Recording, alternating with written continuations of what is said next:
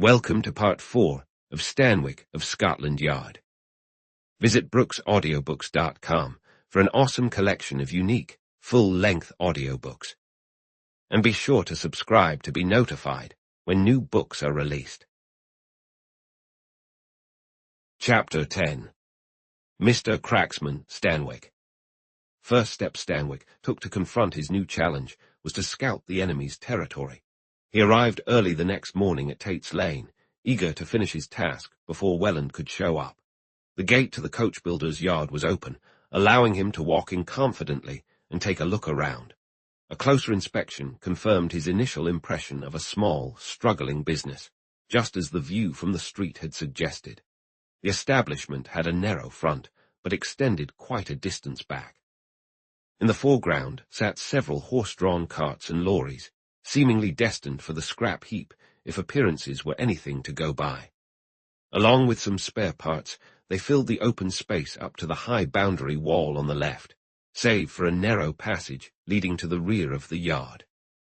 To the right stood a grimy brick building, where sounds of hammering echoed. The only structure that appeared well kept was a new shed about 20 feet by 10, constructed as a lean-to in the back left corner. Numerous tire tracks led to the large door in the gable, indicating this was Curtis Welland's garage. Although the sounds from the shed suggested that work was underway, no one could be seen in the yard. Thus, Stanwick nonchalantly approached the garage, hoping to discover a way to break in. However, the more he observed, the more challenging that seemed. The building was solidly built of brick with a sloped roof. The large door was secured with a modern Chubb lock, which Stanwick knew his bent wires and skeleton keys would struggle to defeat. A small window on the side had a fixed sash, while the other two sides were enclosed by the unyielding boundary walls of the yard. Deciding it was best not to be caught snooping around, he turned back to the shed and peered inside. 3 men were busy, one working at a small lathe to turn hubs, and the other 2 assembling lorry bodies. As Stanwick approached, one of the men stepped forward slowly. "Good morning," Stanwick said. "Are you in charge here?" "He's out," the man replied, spitting casually. "Who's looking for him?" "I am," Stanwick said. "Name's Simpkins. I'm looking for a garage for my car, and I was told you rented them." The man shook his head. "But I thought the garage in the corner was rented out to someone else," Stanwick queried. "That's correct. But the boss didn't have anything to do with the building itself. He just rented the land." "I see. So it's occupied then. I can't get it, I take it." "Not likely. The guy who keeps his car in that garage had it built just for him last year." "Is there any chance I could get a piece of land to build one myself?" "You'll have to ask the boss about that," the man said. "I can't help you." "I want one like the one in the corner," Stanwick insisted. "Could I take a look inside?" "Not without getting permission from Mr. Welland. He has the key. Look, if you come back around 3 o'clock, you can see the boss. He can answer all your questions." "That sounds reasonable." Stanwick chatted amiably, and a couple of shillings exchanged hands. As he walked toward the gate, he decided to gather more information. "I can't believe you don't have anything stolen at night," he remarked, mentioning the spare parts scattered around. "I assume you have a night watchman." "We don't have a watchman. It's not needed. Stealing anything wouldn't be as easy as you think. This is all heavy stuff, and if someone tried to carry it out over the wall, there's a good chance a cop would catch them." With that thought in mind, Stanwick made his way back to the yard. He was determined to see that car, even if it meant crossing a line or 2. He understood that if he were discovered, he would be in serious trouble, but he felt the case had dragged on for far too long. For the sake of his own reputation, he had to secure results without any further delay. Upon arriving at the yard, he called for Sergeant Patterson. Patterson had completed his apprenticeship as a carpenter before joining the police force, and his skill with his hands made him invaluable for delicate tasks. "I need to pull off a burglary tonight, Patterson," Stanwick started. "I can't formally enlist your help, but I'd really appreciate it, and if things go south, I'll take the fallout." Patterson smiled. "Sure thing, Mr. Stanwick. This won't be my first time at the rodeo. I want to break into a garage. There's a heavy door secured with a chub lock that we can't manage, but there's a window we might be able to get the glass out of. The frame has a single pane of rough glass, about 18 by 24 inches. And you want me to remove it? Absolutely. Can you do that, and then put it back so no one will notice? Patterson shook his head. He could certainly try, but he couldn't guarantee success. In that case, it's best to bring along a replacement pane. Do you know the exact size? Not really, but make it larger and bring a diamond too. You'll need your usual tools, plus some reddish-brown paint and dust. We'll see if we can get the lock off from the inside, and then you might be able to cut a key. Patterson was uncertain about the chances of success, but the thrill of adventure excited him, and he happily left to gather his gear. It was nearing 2 in the morning when the two men set out. Both were dressed in dark clothes, caps, and rubber shoes. Aside from Patterson's neatly wrapped pane of glass in dark paper, they drew no attention. Along with the glass, Patterson carried a small kit of tools, while Stanwick had 2 electric torches and a large black overcoat. When they reached Tate's Lane, it was empty except for a lone policeman patrolling slowly toward the end of the street. When he turns the corner, that'll be our chance, said Stanwick, who had carefully checked the areas covered by nearby patrols. They waited in York Street until the officer disappeared, then followed him down Tate's Lane. A couple of minutes later, they arrived at the coach builder's shop. Let's do this, said Stanwick, glancing around to ensure no one was watching. All the houses across the street lay in darkness, except for one that had a single lit window, casting a dull yellow square into the surrounding night. It was a bit of a nuisance, Stanwick thought. Someone was awake over there and might look out. I'll go first, he whispered. Patterson leaned his back against the wall, providing support as Stanwick climbed onto it. A moment later, Stanwick dropped quietly into the yard. Swiftly, Patterson passed him the glass and tools, and in just 10 seconds he too was inside. They stood still for a moment, listening, but the silence was comforting, and they tiptoed over to the garage to begin working on the window. Stanwick aimed his flashlight and held his coat up to shield the light, as Patterson set to work removing the glass. The night was perfect for what they were doing.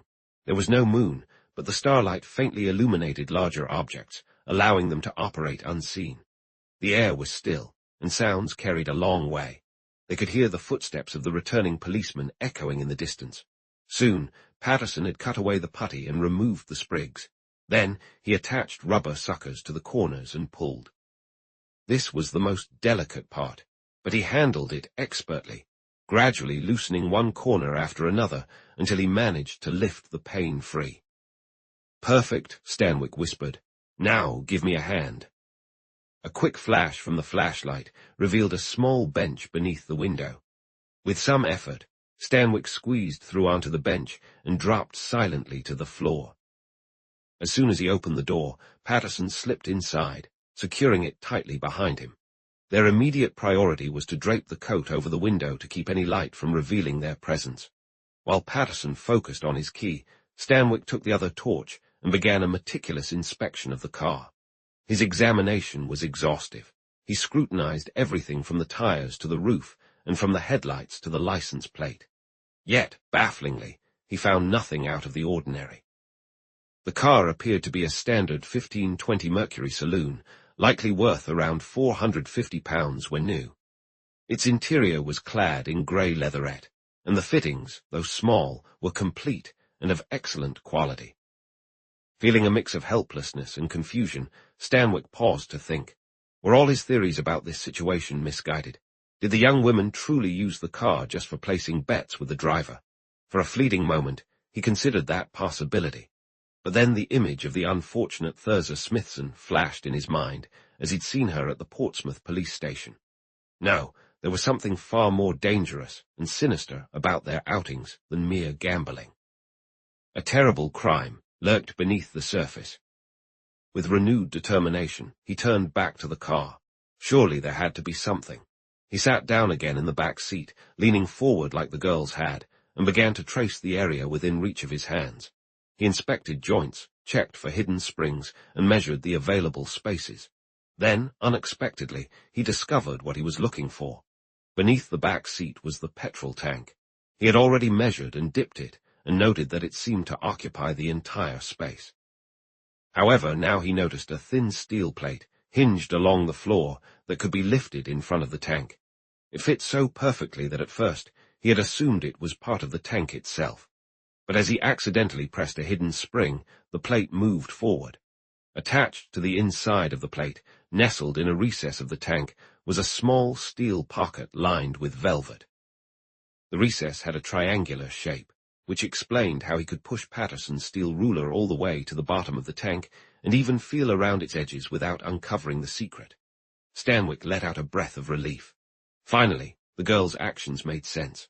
Once they entered the car, they had bent down, lowered the plate, inserted or removed some object, raised the plate again, and stepped out.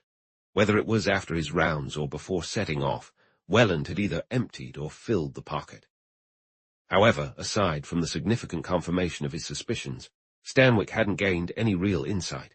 It was now clear that the items being passed through were small, but that had been likely from the start.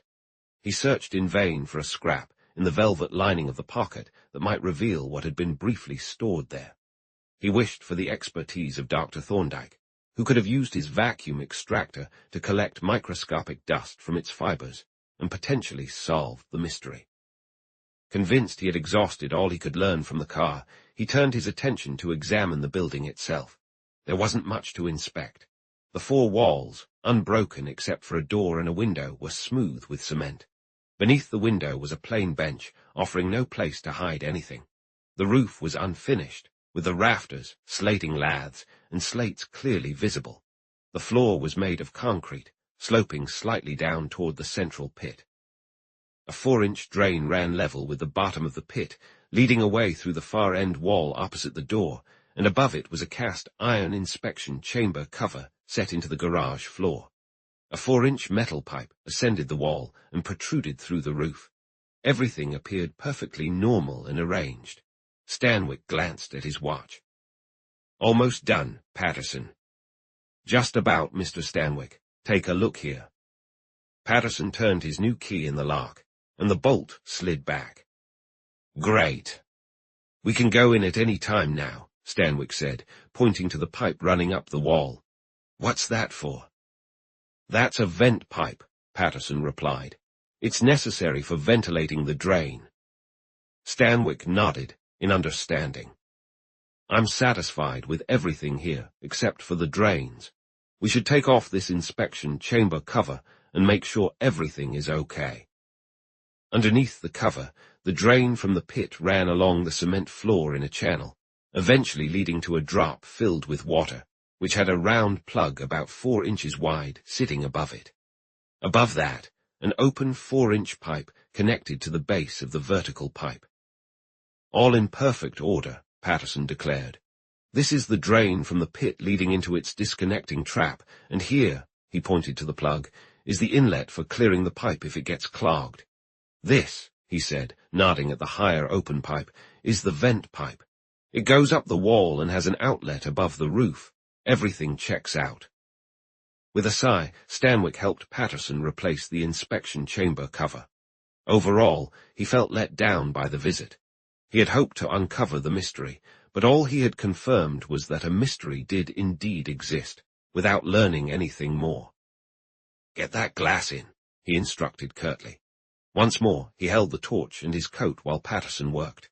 It didn't take long for the window to be glazed, and the new work to be painted with rapidly drying paint, then dusted with various colored powders, until it almost looked like it had never been touched.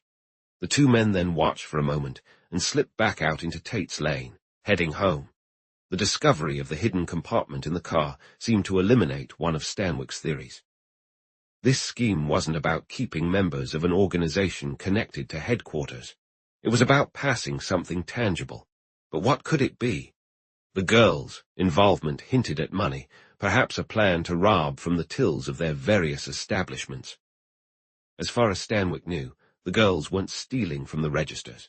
He considered two approaches to resolve the situation. The first was to arrest two of the girls on a fabricated charge. one just as she was getting into the car, and the other right after she was dropped off. One of them would certainly be carrying the evidence. The second option was to keep a closer watch on Welland and catch him in the act of receiving or handing off something illicit. Stanwick favored the latter. Taking the girls to the precinct on mere suspicion would rush things too much. While he would likely uncover what was being trafficked along with capturing Welland, Style and the girl Kitteredge would probably slip away. He needed all three, as he was convinced they were all tied to the murders. He wasn't ready to make a move yet. He had to figure out what was really happening first. Increased surveillance of Welland was clearly the next step. Stanwick mentally reviewed what he already knew about the man's routines. His observations indicated that during his trips between home, the office, the garage, and the golf course, he had no contact with anyone else. Therefore, his time was entirely accounted for, except for the moments spent at those 4 locations. Stanwick called in 2 of his officers and told them to enlist any help they needed to keep an eye on the office and the garage around the clock. They were to follow anyone who entered those places besides Welland back to his home. He decided he would handle surveillance of the house and the golf course himself, so he began to devise a plan for how to proceed. Chapter 11. The Happy Paterfamilias. About 15 minutes later, he called for Sergeant Patterson again. "You have a son, don't you, Patterson? A boy around 10, he asked.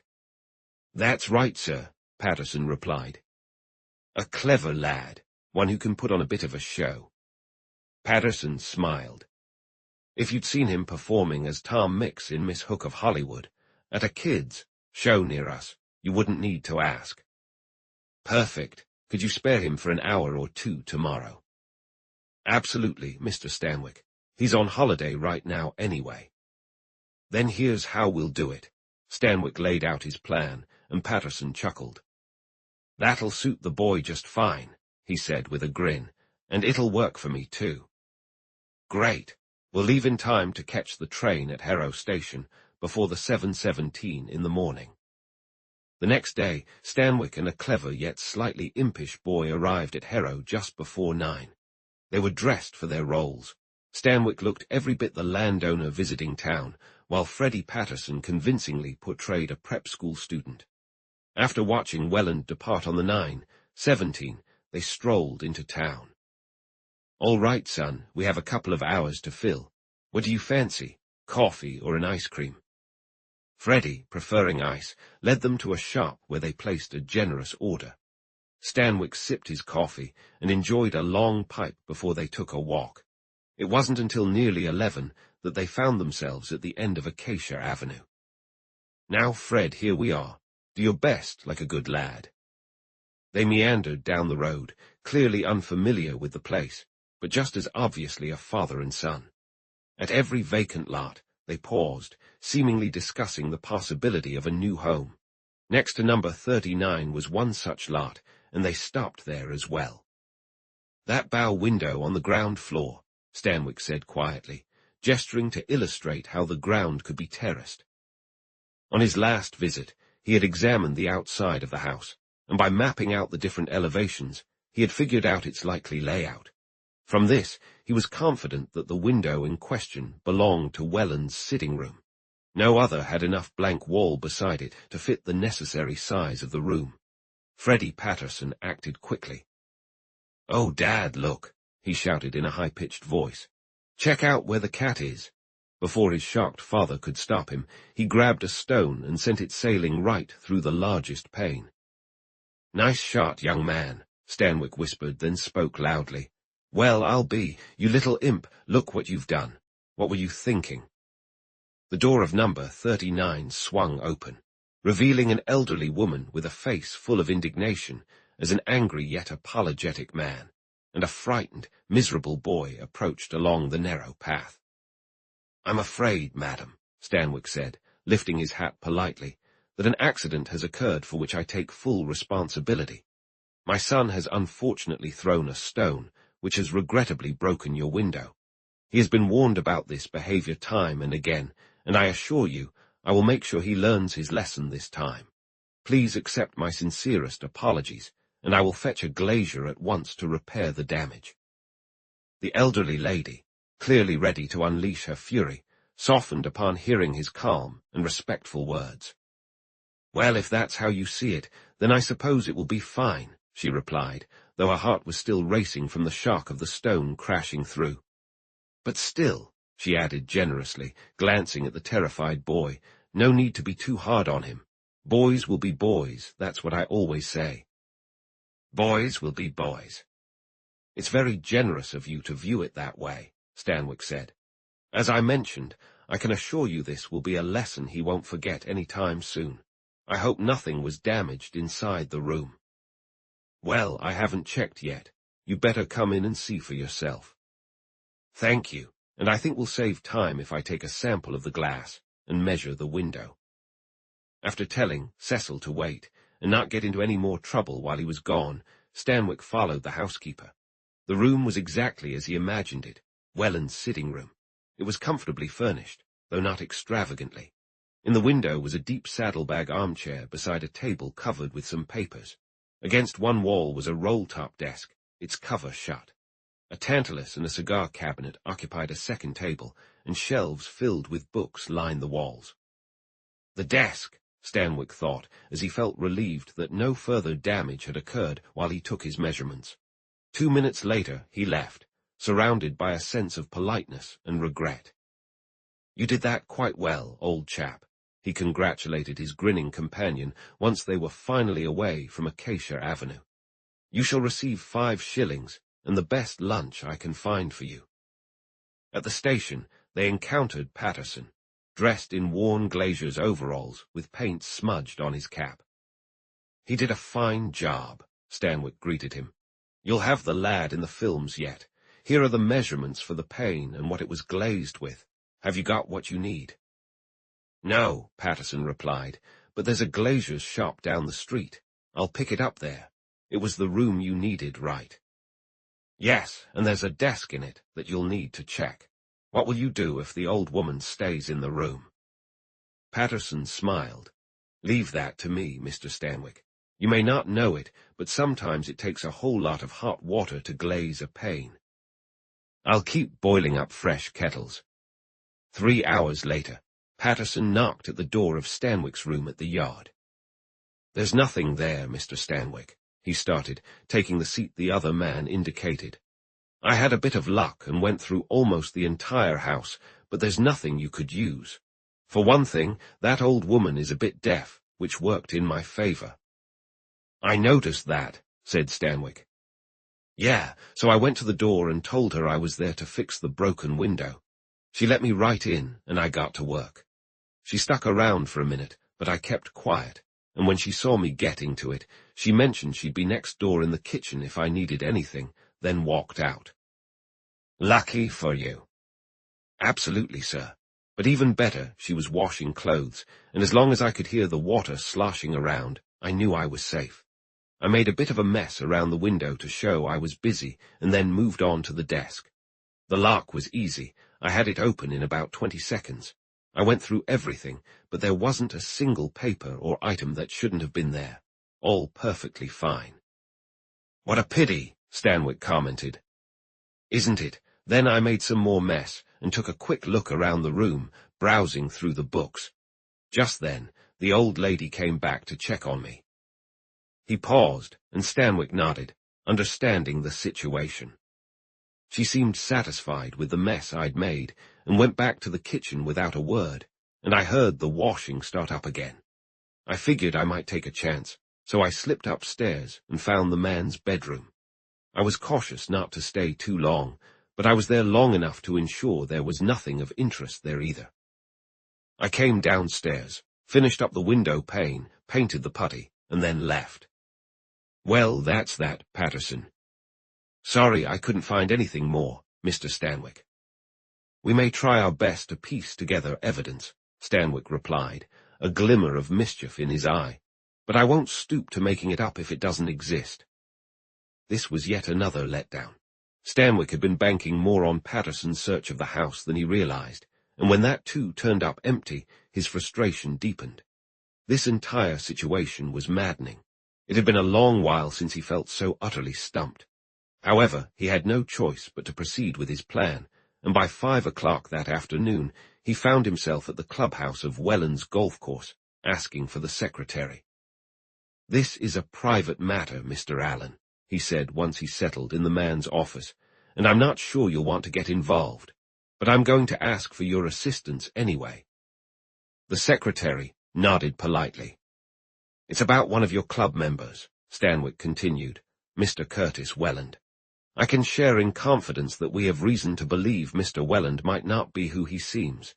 In fact, we suspect," he lowered his voice, "that he is part of a trio involved in a serious crime, murder." The secretary's eyes widened in shock. "Curtis Welland," he echoed in disbelief. "Surely not, Inspector. You can't expect me to believe that." "Then you know him well?" Stanwick inquired. "Actually, no. I don't know him very well at all, but he has always seemed so calm and harmless, the last person you'd associate with something like this." "Dr. Crippen seemed like a decent man, too, as have many other murderers, Mr. Allen," Stanwick replied gravely. "Unfortunately, demeanor and looks are no reliable indicators, as you would understand if you had my experience. But I make no accusations against the man. Perhaps the Yard has misjudged the situation. That's why I'm here, to uncover the truth. I'm looking into Mr. Welland's life and character, and I've come to ask for your assistance in that regard." Allen paused, a frown creasing his brow. "Mr. Welland is a member of the club," he finally said. "In a way, he's my employer. I'm not sure I'm free to discuss him, even if I had any concerns, which thankfully I don't." "Well, sir," Stanwick replied with a smile, "if you're unaware of any issues, then that's that, isn't it?" Then he shifted focus to his true intent. "However, there is a piece of harmless information you might be able to provide. I'd like a list of Mr. Welland's close friends among the members, or anyone he plays with regularly. This wouldn't compromise anything on your end, as I could easily observe it myself." Allen visibly relaxed at this. He was willing to assist the inspector, but regrettably had no such names to share. Mr. Welland had broad tastes. He played with anyone available, not with anyone in particular. As Stanwick returned to the Yard, his worry deepened. Nearly in despair, he ramped up his efforts. He assigned several men to watch Welland's house, while others trailed him on the golf course and during his leisure time. But all their efforts yielded nothing. Days went by without a single visitor to the garage or the office, and Welland had no regular interactions with anyone other than the 4 girls. Anxiety began to take its toll on him. His usual cheerful optimism, charm, and friendly demeanor with his subordinates faded. Soapy Joe was no longer soapy. Then one night, as he lay awake, grappling with the problem, a sudden insight into the whole situation struck him. He nervously contemplated the idea, and with each passing moment, he became increasingly convinced he was correct. They were hiding tangible items in the concealed pocket of the car. Welland was placing items in, which the girls would then take out, while the girls were putting cash in, only for Welland to take it out. This operation was a highly profitable yet deeply immoral and illegal scheme. They were peddling banned drugs, and it was quite the clever scheme. Welland, through some unknown means, was procuring the snow or other substances in bulk and repackaging them into smaller bundles. Each morning, he would set out with 4 bundles of these packages tucked in the car's pocket. Each day, a girl would remove a bundle and swap it for a roll of cash.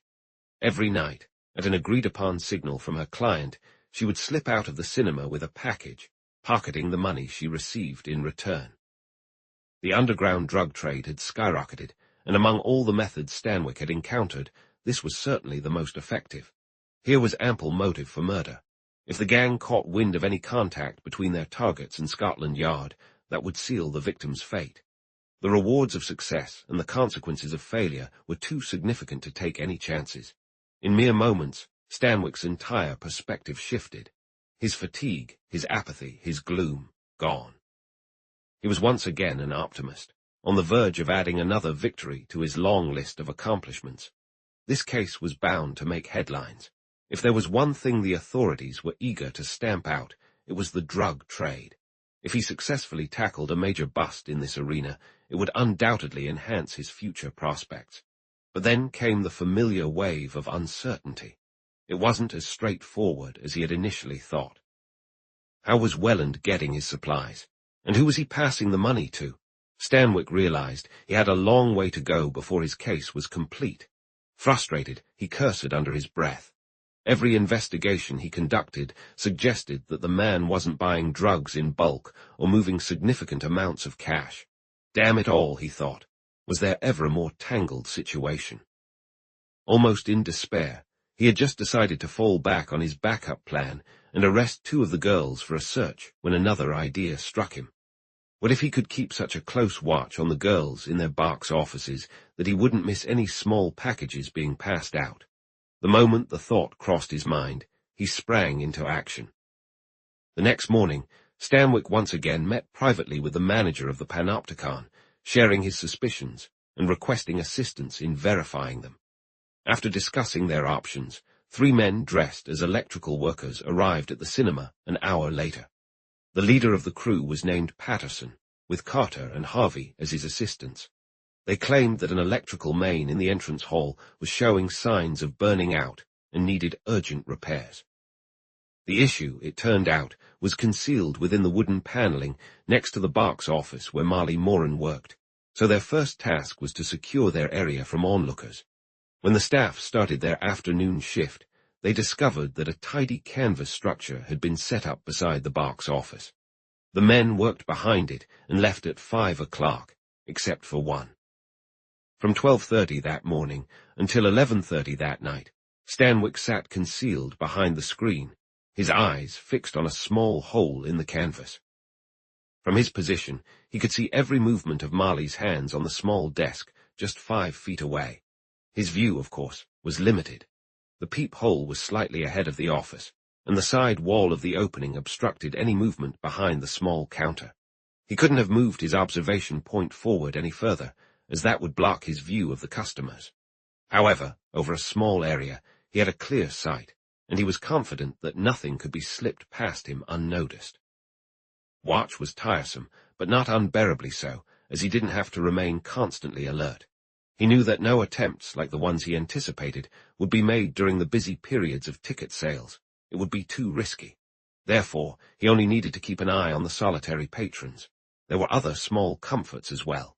The noise outside was so loud that he could shift his position without fear of being discovered. Additionally, he had packed plenty of food, which he nibbled on throughout the wait. Still, time felt like it dragged on endlessly. Stiff and sore, with a throbbing headache, he waited until at last, after the show ended and everyone had left except for the manager, he quietly slipped out and gratefully stretched his cramped limbs.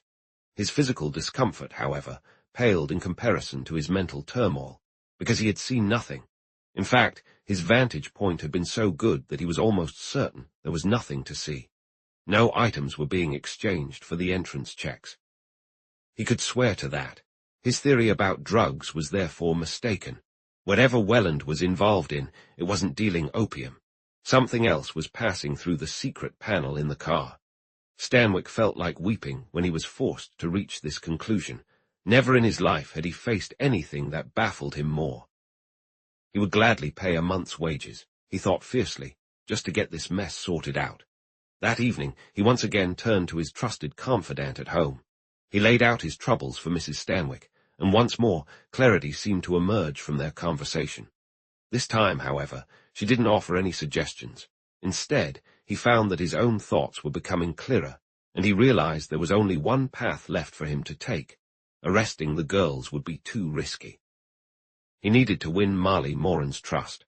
By any means necessary, he had to persuade her to reveal her true story, and if he couldn't intimidate or sweet-talk her into keeping his involvement a secret from Welland, then he would just have to face the fallout. He resolved to meet with her first thing the following day. Chapter 12. The car's freight. At 9 o'clock the next morning, Stanwick called the number he had written down from the telephone at the boarding house on Nelson Street and asked for Miss Marley Moran. "It's about our earlier conversation, Miss Moran," he explained. "There's a new development I'd like to discuss with you. Can you meet me in half an hour at the same place as before?" Though she agreed, Stanwick could hear a hint of reluctance in her voice. "Thank you," he said warmly. "I promise I won't take up too much of your time." When she arrived, he greeted her with a friendly smile and led her to a quiet spot in Charing Cross Gardens. He offered her a cigarette, and for a moment they chatted about mundane topics. Once she seemed more relaxed, he shifted to the matter at hand. "Miss Moran, I want to talk to you about something important," he said, his tone turning serious. "Since our last meeting, I've discovered that the situation regarding Mr. Welland is more urgent than I initially thought. I need to share what I know and ask for your help again. First, are you completely sure that I'm really with Scotland Yard? Would you feel more comfortable if I took you there to meet some of my colleagues?" "Oh, no, Mr. Stanwick," she replied quickly. "That's not necessary at all. I trust you completely." "Good. Now, as I mentioned before, I believe you might be in personal danger due to your association with this man. Let me explain why I think that." She didn't respond, but sat with a disinterested look, clearly trying to mask her curiosity. "Almost 3 months ago," Stanwick continued, "a young woman named Thurza Smithson was referred to the yard by a solicitor. This man discovered she had fallen victim to a gang of criminals, and he brought her to us for protection. Now, Miss Moran, this young woman worked at the box office of the Milan Cinema on Oxford Street. That is the first point. She mentioned that on her way to work, she ran into a young woman on the train, a Miss Gwen Kitteredge. She appeared to be quite wealthy, and they started talking about money. When Miss Kitteredge said she was just a barmaid at a theatre, Miss Smithson asked where her wealth came from. With some hesitation, she revealed it came from gambling at the Monte Carlo tables. After talking some more, Miss Kitteredge suggested that Miss Smithson should try her luck as well, and offered to introduce her to the man she dealt with. His name was Westinghouse. They met here in this garden, and Westinghouse set up the gambling. There was no doubt about Miss Moran's focus now. She was watching Stanwick intently, her expression edged with horror. He glanced at her with a sense of satisfaction. "Is there any need for me to continue, Miss Moran?" he asked softly. "Can you not picture the rest? How Miss Smithson won fair amounts at first, thinking she was going to strike it rich. Then how she started to lose, how she eventually fell into debt with Westinghouse, how he grew threatening and threatened to report her to the cinema authorities, how he dangled the fear of prosecution and imprisonment, leaving the poor girl nearly frantic with terror. You can see it, can't you, Miss Moran?" It was clear that she could envision it all vividly. Her eyes were wide, and her face had gone pale. "I'm sure you can also imagine what happened next," Stanwick continued. "How at that crucial moment Miss Kitteredge appeared out of the blue, how she feigned concern for Miss Smithson's miserable state, how she suggested reaching out to her cousin, who, she claimed, had helped her out of a similar predicament. Then how this man exploited Miss Smithson's fears to trap her in his wicked schemes. Ah, I see I needn't elaborate further. You clearly know, just as much as I do about this situation." In truth, the girl's demeanor left little to question. Stanwick stopped for a moment before he continued. "I need to share something that happened earlier. A very close friend of Miss Smithson, another girl who worked in the cinema box office, had recently passed away. She was a lively, cheerful person, but for weeks she seemed troubled. Then one day she vanished, and later her body was discovered in a pool at a quarry.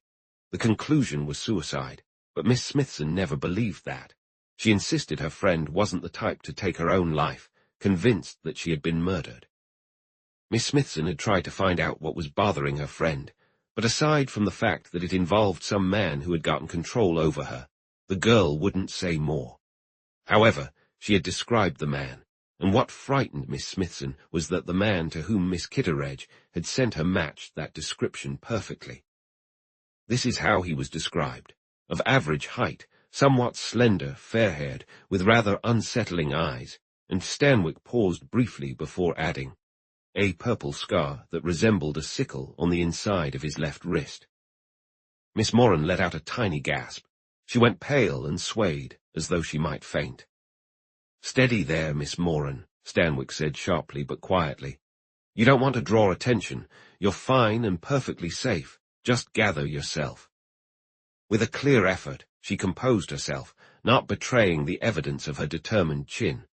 Stanwick reminded himself she was a woman of substance. "You needn't be frightened," he continued. "I'm here to help you through this. We'll talk about that momentarily. First, let me finish my story. As I mentioned, Miss Smithson recognized the man, and wisely she bought some time. She told him she would need a couple of days to think things over. He agreed. By friends who require no introduction, she was persuaded to report the details at the yard. "Miss Moran," Stanwick said, his tone turning serious. "She was clearly under surveillance. That night she vanished, and 2 days later her body was discovered in the sea near Portsmouth. This is not a case of suicide. The poor girl was murdered before being thrown into the water." Once again, his listener's complexion faded to a ghostly hue, and with visible effort, she steadied herself. "I have one more thing to share with you. Investigations uncovered that about 5 months before the murder of Miss Smithson's friend, another young woman was found drowned under suspicious conditions.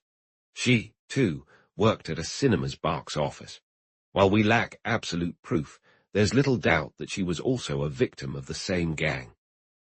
Stanwick paused to light a cigarette, scanning the room carefully before continuing.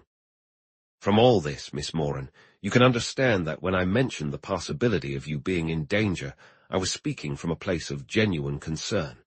I don't want to alarm you unnecessarily, but you must realize that if no action is taken, you could be next. Now the question is, will you be wise and trust me?" She remained silent, and Stanwick smoked quietly, allowing his words to settle in her mind.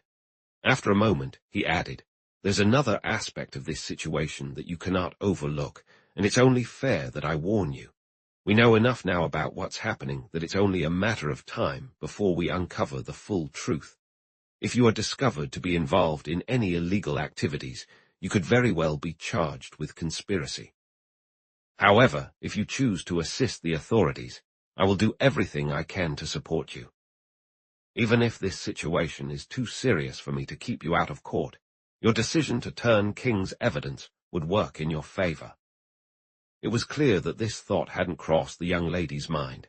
Her expression grew more frightened and distressed, yet she remained silent. Stanwick's patience began to wane. "Very well," he said, his tone sharpening. "I must remind you again that for your own safety, you need to share what you know. If you refuse to heed my warning, there isn't much I can do. I believe that right now, you are carrying something that you'll soon hide in the secret panel of Mr. Welland's carriage. I will have to take you into custody on a conspiracy charge and search you to discover what that item is." A twinge of guilt flickered within him as he spoke. Was this truly proper conduct for questioning a potential witness? But he convinced himself it was justified. This girl wouldn't incriminate herself. He was certain of her innocence, and anything was permissible for the murderers of Thurza Smithson. The girl gasped softly. "Take me into custody," she whispered hoarsely. "Surely you wouldn't do something like that." "I certainly would. I'm determined to uncover the truth of this matter, no matter the cost. Now, please," he said more gently, "make the wise choice and align yourself with the side that will prevail. As things stand, you're taking an enormous risk." Though he spoke with seriousness, he felt a hidden thrill as he noticed her starting to crumble. Miss Moran trembled, and deep, slow sobs racked her body. He kept silent until, at last, he heard what he had been hoping for. "Oh," she cried, her voice full of anguish. "This is just awful. I never imagined anything like this would happen to me. I never meant any harm, and now look at the mess I'm in. You'll do your best to make this easier for me if I tell you right." "I've already promised you that, Miss Moran. Not only that, but you'll feel a weight lifted from your shoulders. You can't have been happy with all of this happening." "Happy? I've been absolutely miserable. God only knows just how miserable. And even though I've been making some money, I've paid for it with the constant fear that's been haunting me. I'll share everything." She was now crying openly, and Stanwick urged her once more to calm herself to avoid drawing attention. After a moment, her voice trembling, she began to speak. "It all happened just as you said, Mr. Stanwick. Every day I take the tube to work, and it was there that I met the girl you mentioned. We became the closest of friends, but I was always curious about where she got her money. One day I finally asked her, and she told me about the gambling at Monte Carlo. She said that if I wanted to try it, she could arrange it for me, just like you described. She said the bookmaker would meet us here. He did, and he was exactly the person you described. Oh, Mr. Stanwick, he was a frightening man. There was something about his eyes that gave me chills, but he was definitely the man, because I saw the scar on his wrist. Ah, Stanwick said, feeling satisfied. Did he tell you his name? He did. It was Style. Great, that's the man. Did you place a bet? I did. I won at first, and then I lost. At that time, Gwen Kitteredge had taken a job outside of London and was away, but I ran into her by chance, and she asked me how I was doing. When I told her, she said she thought her cousin could help me and introduced me to him. That was Mr. Welland. Stanwick felt pleased. Finally, he was making progress.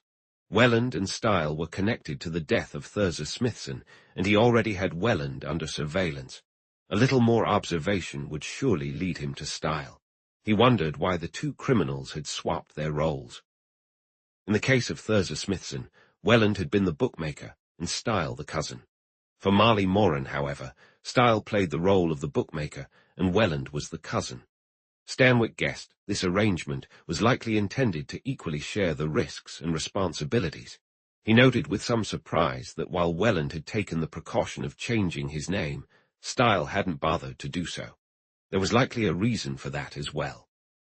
Well, what did Mr. Welland have to say to you? The girl was clearly struggling to maintain her composure. She had managed to stifle her sobs, though her voice remained shaky as she continued. He was as pleasant and friendly as one could hope for. He expressed sympathy for my difficulties and mentioned he could offer me a job that would not only help me out of my situation, but also pay well.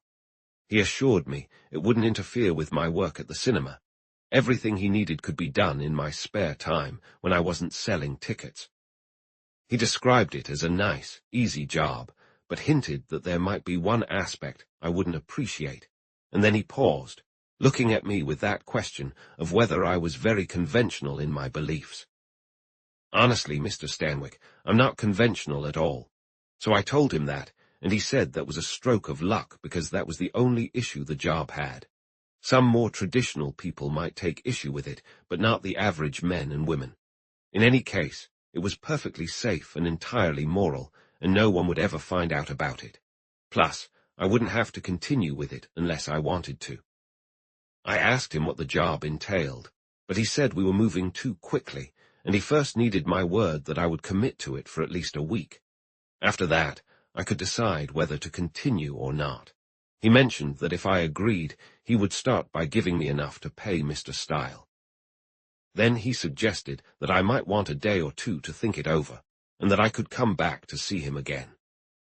A charming scoundrel, Stanwick remarked, his voice now as smooth as silk. I'm certain that's exactly what he told your predecessors. And what was your response? The girl lowered her gaze. Well, Mr. Stanwick, I won't pretend that I didn't make a mistake, but consider my situation. It was just me and my job, and I was about to lose it in a way that would make it impossible to find another. Then this opportunity came along, maybe not ideal, but at least secure. It was a choice between two misfortunes. Potential ruin if I accepted or certain ruin if I didn't. I took the risk. Certainly, I understand. I can see the predicament you were in, and I don't hold it against you. To cut a long story short, I told Mr. Welland I would accept his offer. He smiled, shook my hand, and congratulated me. He assured me that I wouldn't regret my choice, then handed me £10, saying it was part of the money I owed Mr. Style, and that if I paid this much, Mr. Style would surely allow me time to settle the rest. He made me sign an IOU and advised me to pay Mr. Style immediately. When Mr. Style came back to the gardens, I was ready for him. At first, he was quite menacing, but when I showed him the £10, his demeanor changed. He said he was glad I wasn't planning to cause any trouble and that he would accept that as part of the payment, giving me 3 more weeks to come up with the other 15. He was so agreeable that, despite my situation, I felt a sense of relief I hadn't experienced in quite some time. "I can understand why," Stanwick said. "I think you acted as any other girl would have under those circumstances, though perhaps I shouldn't say that." Welland had scheduled a meeting for 2 hours later, and I found him in Hyde Park. He explained that a friend of his had stumbled upon a crate full of old half-crowns in an unused cellar at the Mint. He figured they had been collected for renewal and simply forgotten. His friend couldn't understand why they should be left there, so he had started taking a few home every night. However, he was hesitant to sell them because some had the Mint's rejection mark. He had consulted Welland on how to handle this, and that's where I came into the picture. My role would be to distribute the half-crowns to the public. Each morning, Welland would give me a specific number, and I was to dispense them as change at the paybox. For every half-crown I gave out, I was to set aside another from the cash drawer for Welland, which I would hand over to him the next day, minus a percentage. "Did you believe his story?" The girl lowered her gaze. "No," she replied softly, but as he explained it, it didn't sound too bad. He insisted that, as far as I was concerned, everything was perfectly above board. The half-crowns were legitimate and worth their full value.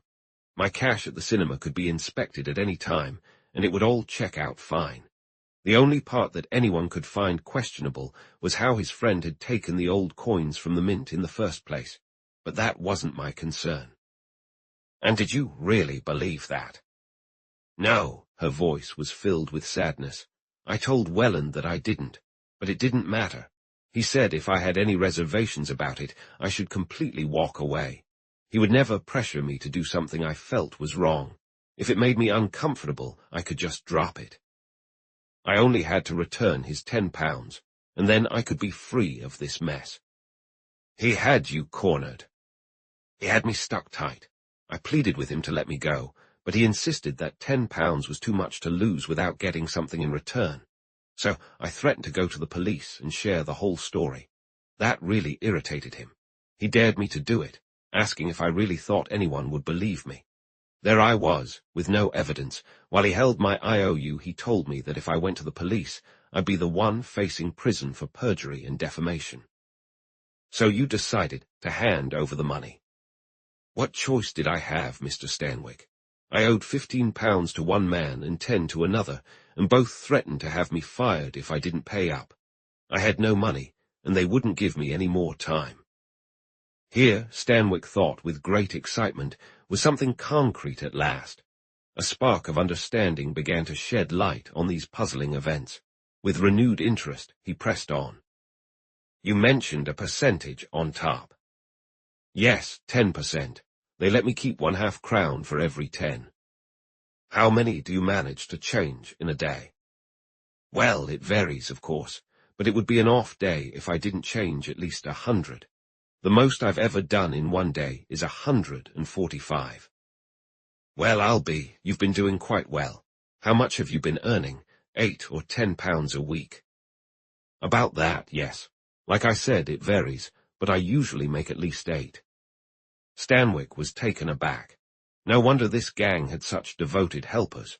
With her regular wages, this girl must be pulling in nearly 600 a year. He must have genuinely scared her, if she was willing to risk losing such a substantial income. He remarked with a dark humor. "It really seems like it's a matter of your money or your life. But I don't want to keep you here too long. From what you've told me, it's best we avoid being seen together. Now, just explain how you carry the half-crowns to and from the cinema." "In my vanity bag." She was about to open it, but Stanwick stopped her. "Don't show me," he said. "Just explain." "There are 3 compartments in this bag. The center one is like any ordinary bag, where I keep my personal items, handkerchief, and so on. The 2 side compartments close with a spring, and if you didn't examine the bag closely, you wouldn't even notice they were there. One of these spring compartments is red inside, and the other is green. The red one holds the half-crowns from Mr. Welland. As I take them out, I put other half-crowns from the till into the green compartment.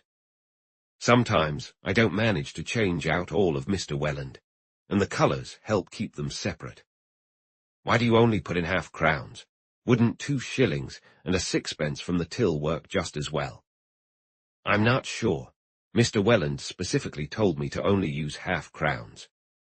It seemed to Stanwick that this was likely to keep the mix of coin values consistent in the till. If that was the case, it indicated a level of attention to detail that deserved recognition. He quickly considered whether he had extracted all the information he could from her, and decided he had. "Now, Miss Moran," he said earnestly, "you need to be careful for the next few days. Go straight home after your shift and stick to busy streets. Even during the day, avoid isolated areas. Don't accept messages from anyone you do know. Most importantly, don't get into any private car or taxi. I'm not saying this to scare you, but to keep you safe. In just a few days, we'll have the crew assembled, and then you'll be just fine. One more thing. If you notice anything that seems even a little off, give me a call, Victoria 7000. You'll have plenty of support if you run into trouble. Are you clear on that?" "Oh yes, Mr. Stanwick. I can't express how thankful I am to have confided in you. I was making money, sure, but no amount of money is worth the fear I've been living with. Mr. Welland always told me that if this got out, I was finished. It would mean losing my job for sure, and possibly ending up in prison. I've been absolutely miserable, and the relief I feel right now is indescribable." Stanwick nodded somberly as she finished. A new realization suddenly came to him, so obvious that he couldn't believe he hadn't thought of it right away. These coins had never come from the mint. They were fakes. He was willing to bet anything that he had stumbled upon a group of counterfeiters. If that was the case, he needed to get his hands on some samples immediately. "What do you have in your bag right now?" he asked. "Are they coins from Mr. Welland or from the register?" "From the register. These are the coins I exchanged yesterday. I'll get Mr. Welland's package from the car in about an hour." "Of course, I should have guessed that. I'll see you again at the Panopticon. The manager will be calling for you. Make sure to take your bag with you. Do you understand?" "Absolutely, Mr. Stanwick. I'll remember everything you've said. Lastly, let me give you 3 key pieces of advice. Don't be scared, don't let Mr. Welland know we met, and don't act impulsively." With that, he wished her a pleasant afternoon and walked out of the gardens.